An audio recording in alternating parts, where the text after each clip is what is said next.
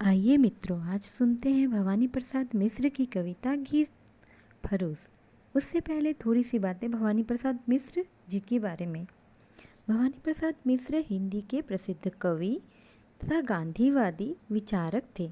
इनका जन्म सन 1913 ईस्वी में होशंगाबाद, मध्य प्रदेश में हुआ था। भवानी प्रसाद मिश्र दूसरे तार सप्तक के एक प्रमुख कवि थे।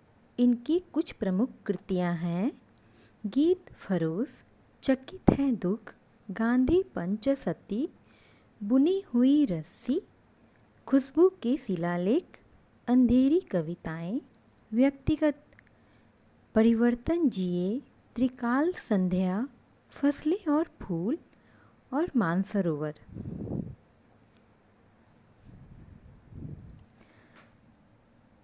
कालजयी आदि इनकी कुछ प्रसिद्ध रचनाएं हैं। सन 1972 में इन्हें अपनी कृति बुनी हुई रस्सी के लिए साहित्य अकादमी पुरस्कार से सम्मानित किया गया था। पाठ्यक्रम के अनुसार मिश्र जी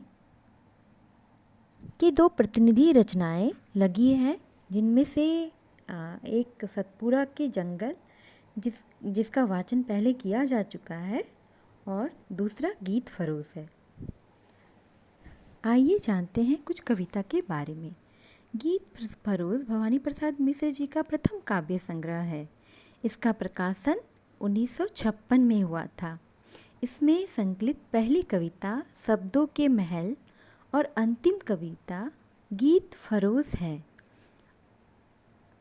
और अन्य सभी कविताएं 1930 से 1943 के बीच लिखी गई है। इस संग्रह में कुल 68 कविताएं हैं। इस संग्रह में प्रकृति पर ज़्यादा रचनाएं हैं और वे भी एक कदम नए ढंग की, जैसे सतपुरा के जंगल, नर्मदा के चित्र, सन्नाटा, आषाढ़, मेघदूत आदि।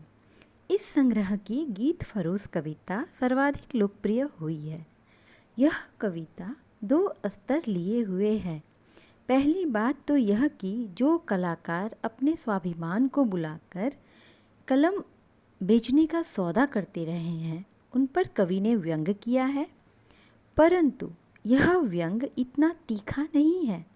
गहरा, सूक्ष्म, सशक्त और तीखा व्यंग तो कवि ने उस व्यवस्था पर किया है जो कवि या कलाकार की जिंदगी में लाचारी की वह हालत पैदा कर देती है कि वह अपनी कला बेचने पर मजबूर हो जाता है। व्यवस्था के शिकार कवि की लाचार स्थिति को संवाद शैली में मिश्र जी ने अत्यंत प्रभावशाली ढंग से प्रस्तुत किया है।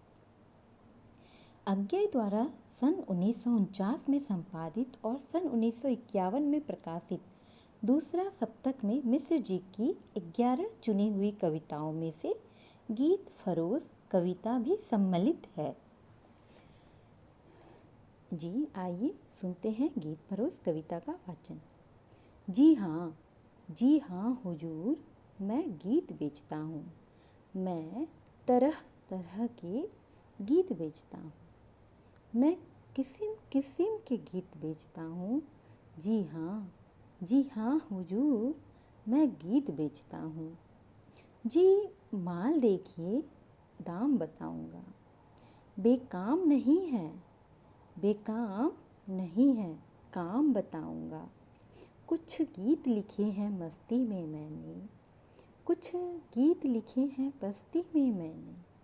यह गीत सख्त सरदर्द भुलाएगा, यह गीत पिया को पास बुलाएगा। जी हाँ हुजूर, मैं गीत बेचता हूँ। जी पहले कुछ दिन शर्म लगी मुझको, जी पहले कुछ दिन शर्म लगी मुझको, पर बाद में अक्ल जगी मुझको। जी लोगों ने तो बेच दिए ईमान, जी आप ना हो सुनकर ज़्यादा हैरान। मैं सोच समझ कर आखिर अपने गीत बेचता हूँ। जी हाँ हुजूर, मैं गीत बेचता हूँ। मैं तरह तरह के गीत बेचता हूँ, मैं किस्म किस्म के गीत बेचता हूँ। जी हाँ हुजूर, मैं गीत बेचता हूँ। कवि कहता है कि आज ऐसी विपिन स्थिति में पहुँच गया हूँ कि मुझे अपने करीने से सजाए शब्दों के उपवन के गीतों को बेचना पड़ रहा है। मैं अपनी कलम बेचने में यकीन नहीं करता, पर परिस्थितियाँ ही इतनी त्रासद है कि मुझे अपनी कलम बेचने पर मजबूर होना पड़ रहा है। मेरे पास विभिन्न प्रकार के गीतों का संकलन है तथा मैं सभी प्रकार के गीतों को बेचकर अपना जीवन निर्वाह करता हूँ। एक दुकानदार की भांति अपने गीतों को बेचते हुए कवि कहता है कि आप पहले माल देखिए, फिर मैं उसका मूल्य बताऊंगा। अर्थात आप जरा मेरा गीत पसंद कीजिए, उसका कोई ना कोई अर्थ अवश्य होगा। वह गीत निरर्थक नहीं होगा। यह मेरे गीत आपके किसी न किसी काम तो जरूर आएंगे।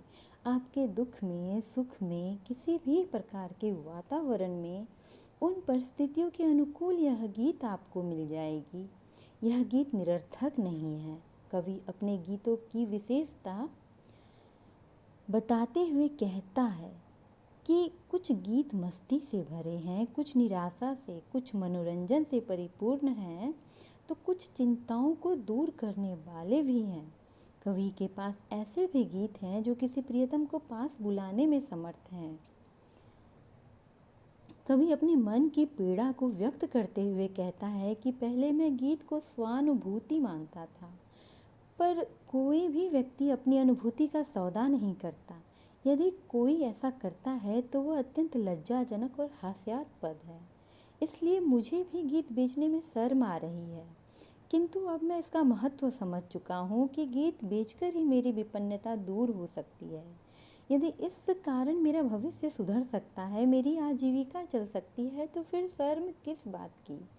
लोग तो अपने ईमान तक बेच देते हैं, मैं तो केवल यह गीत बेच रहा हूँ।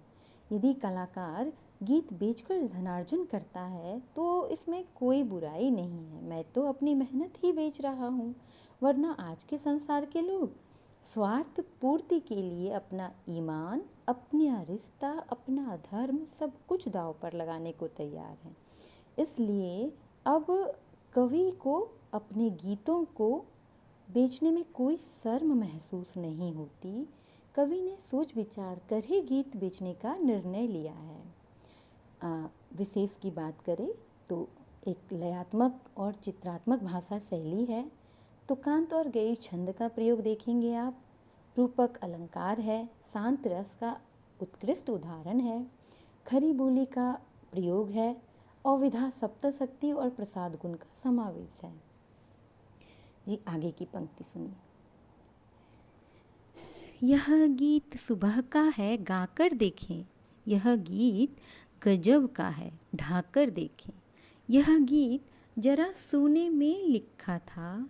यह गीत वहाँ पुणे में लिखा था। यह गीत पहाड़ी पर चढ़ जाता है। यह गीत बढ़ाई से बढ़ जाता है। यह गीत भूख और प्यास भगाता है। जी, यह मसान में भूख जगाता है। यह गीत भूवाली की है हवा हुजूर। यह गीत तपेदिक की है दवा हुजूर। जी जी जी, और गीत भी है, दिखलाता हूँ। जी, सुनना चाहें आप तो मैं गाता हूँ। जी, सुनना चाहें आप तो मैं गाता हूँ। जी, छंद और बेछंद पसंद करें। जी, अमर गीत और ये जो तुरत मरे। ना बुरा मानने के इसमें क्या बात। मैं पास रखे हूँ कलम और दवात। इनमें से भाए नहीं नए लिख दूँ। इनमें से भाए नहीं नए लिख दूँ। मैं नए पुराने सभी तरह के गीत बेचता हूँ। जी हाँ हुजूर, मैं गीत बेचता हूँ। मैं तरह तरह के गीत बेचता हूँ। मैं किस्म किस्म के गीत बेचता हूँ। जी हाँ हुजूर, मैं गीत बेचता हूँ। जी हाँ हुजूर, मैं गीत बेचता हूँ। पंक्तियों में कवि के पास विभिन्न प्रकार के भावों के गीतों का संकलन है। कवि कहता है कि यह गीत सुबह का गीत है, अर्थात इस गीत के गाने में मन में आशा का संचार एवं नई स्फूर्ति होती है। कुछ गीत लाजवाब हैं, वे व्यक्ति को अपनी ओर आकर्षित किए बिना नहीं रहेंगे। इनमें से कुछ गीत ऐसे हैं जिन्हें मैंने सुनसान में अर्थात वीरान जगह में बैठकर लिखा है। कुछ गीत ऐसे हैं जिनकी रचना कवि ने पूना शहर में की थी। कुछ गीत पर्वतीय स्थलों के चित्रों को निरूपित करने वाले हैं, तो कुछ गीत बाधाओं को पार करने वाले हैं, अर्थात व्यक्ति के हिम्मत और उत्साह को बढ़ाने वाले हैं। कुछ गीत भूख और प्यास को भगाने वाले हैं और कुछ गीत भूत को शमशान से जगाने वाले हैं। कुछ गीत भुवाली नामक पहाड़ी स्थल को सुगंधित वायु से महकते हैं और वहाँ की ताज़ी हवा का अनुभव कराते हैं। कवि के पास ऐसे कुछ गीत हैं जिन्हें सुनकर तपेदिक जैसा रोग भी ठीक हो जाता है। इस प्रकार के उक्त प्रकार के सीधे सीधे और अजीबोगरीब गीतों को बेचता हूँ। इसके अतिरिक्त कवि के पास बहुत से विभिन्न प्रकार के गीत हैं और इन गीतों को कवि पाठकों के चाहने पर गाकर सुनाने की कामना करता है। गाकर सुनाने की बात कहता है। जी छंद और बेछंद पसंद करे। कवि कहता है कि उसके कुछ गीत छंदों से युक्त हैं, तो कुछ गीत छंद मुक्त हैं। कुछ गीत अमरता का अनुभव कराने वाले हैं, तो कुछ गीत मृत्यु की सच्चाई का बोध कराने वाले हैं। कुछ गीत जो कवि द्वारा लिखे गए हैं, किसी को पसंद आए या ना आए, इनमें कोई बुरा मानने वाली बात नहीं है। मेरे पास लिखे अगर किसी को कोई गीत पसंद नहीं आती है तो वो अपनी पसंद बताए। अभी कभी तत्काल में कलम और दवात से आंसू लेखन द्वारा उनके पसंद के गीत लिख सकता है, उनकी इच्छा अनुसार नए गीत लिख सकता है। कवि कह रहा है, कवि कहता है कि आज के समय में कवि का कर्म दोहरा व्यापार बन गया है और इस व्यापार में मेरी कलम तथा मेरा कंधा अर्थात एक ओर तो गीतों को लिखने में और दूसरी ओर उन्हें बेचने में बहुत व्यस्त रहता है। लेकिन उन्हें बेचने में जितना समय लग रहा है उसका प्रभाव कवि कहता है कि तुम पर नहीं पड़ने दूंगा। मैं नए तथा पुराने सभी प्रकार के गीतों को बेचता हूँ। मैं नित्य नए नए विभिन्न प्रकार के गीतों को बेचता हूँ। तो यहाँ कवि बहुत ही असह स्थिति में अपनी अनुभूति को व्यक्त कर रहे हैं, अपनी पीड़ा को व्यक्त कर रहे हैं, अपनी जो स्थिति है उस काल की, उस दौर की, उसको बयां कर रहे हैं इन पंक्तियों के माध्यम से। क्योंकि ये कविता दूसरे सप्तक से आई है, दूसरे सप्तक में छपी है, तो उस दौर को भी हम इस कविता के माध्यम से देख सकते हैं। विशेष की बात करें तो इन पंक्तियों में कवि ने लेखनी के बल पर गीतों के ग्राहकों को रिझाने की कोशिश की है, चित्रात्मक व बिंबात्मक शैली का प्रयोग करा है और भाषा सहज, सरल और प्रभावमयी ले रूपक अलंकार का प्रयोग किया है। अगली पंक्ति का वाचन। जी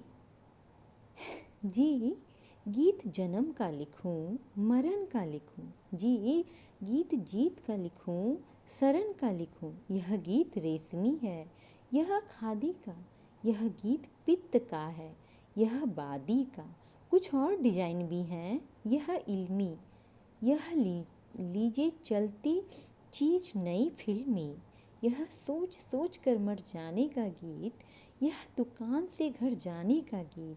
जी नहीं दिल लगी कि इसमें क्या बात, मैं लिखता ही तो रहता हूँ दिन रात। तो तरह तरह के बन जाते हैं गीत। जी रूठ रूठ कर मन जाते हैं गीत, मैं लिखता ही तो रहता हूँ दिन रात। तो तरह तरह के बन जाते हैं गीत। जी रूठ रूठ कर मन जाते हैं गीत। जी बहुत ढेर लग गया हूँ, जी बहुत ढेर लग गया, हटाता हूँ ग्राहक की मर्जी, अच्छा जाता हूँ। मैं बिल्कुल अंतिम और दिखाता हूँ, या भीतर जाकर पूछ आइए आप। है गीत बेचना वैसे बिल्कुल पाप, पर क्या करूँ, मगर लाचार हार मानकर गीत बेचता हूँ। जी हाँ हुजूर, मैं गीत बेचता हूँ। मैं गीत बेचता हूँ, जी हाँ हुजूर मैं गीत बेचता हूँ। मैं तरह तरह के गीत बेचता हूँ, मैं किस्म किस्म के गीत बेचता हूँ। पंक्तियों में कवि कहता है कि उसके पास गीतों का एक विशाल भंडार है, जिसमें ग्राहक अपनी इच्छा अनुसार गीतों का चयन कर सकते हैं। इनमें से कुछ गीत जन्मोत्सव के हैं, अर्थात प्रसन्नतादायक हैं, तथा कुछ गीत मृत्यु का बोध कराने वाला अर्थात निराशा युक्त है। कवि के कुछ गीत विजय का भाव जागृत करने वाले हैं तथा कुछ वैराग्य का भाव उत्पन्न कराने वाले हैं। कुछ गीत रेशम के समान सुंदर सुकोमल है, तो कुछ खादी अर्थात गांधीवादी विचारधारा से प्रेरित होकर रचे गए हैं। कुछ गीत पित्त रोग से उत्पन्न क्रोध भाव को उजागर करने वाले हैं, तो कुछ बादी रोग से उत्पन्न शिथिलता को बोध कराते हैं। कुछ गीत नए डिजाइन के इल्मी अर्थात ज्ञानवर्धक हैं, तो कुछ गीत चलाऊ अर्थात फिल्मी प्रकार के हैं। कुछ गीत सोचने पर मृत्यु का अनुभव कराने वाले गीत हैं, अर्थात निराशा की भावना से परिपूर्ण है। तो कुछ गीत दुकान से घर जाने का गीत है, अर्थात दिन भर के थकान को मिटाने वाला गीत है। कवि कहता है इसमें मजाक की कोई बात नहीं है, क्योंकि मैं तो दिन रात लिखता ही रहता हूँ, इसलिए मेरे गीत भी तरह तरह के अनुभवों तथा भावों को बोध कराने वाले होते हैं। यह गीत रूठे हुए व्यक्ति को भी मना सकते हैं। मुझे लगता है कि अब मेरे गीतों की ढेर लग गई है, इसलिए मैं अब आपको इनमें से कुछ अलग करके दिखाता हूँ। जैसे जैसे भी ग्राहक को पसंद हो वैसे ही गीत मैं आपको दिखाता हूँ। अब मैं आपको अपना अंतिम गीत दिखाता हूँ।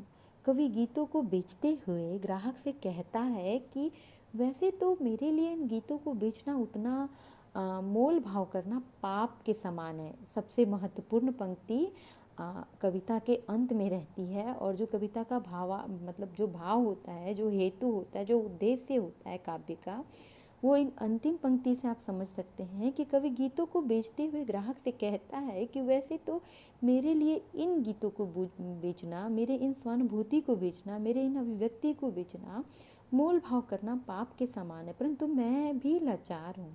मुझे अपनी जीविका चलानी है, इसलिए मैं हारकर गीत बेच रहा हूँ। मैं तरह तरह की वह किस्म किस्म के गीत बेचता हूँ।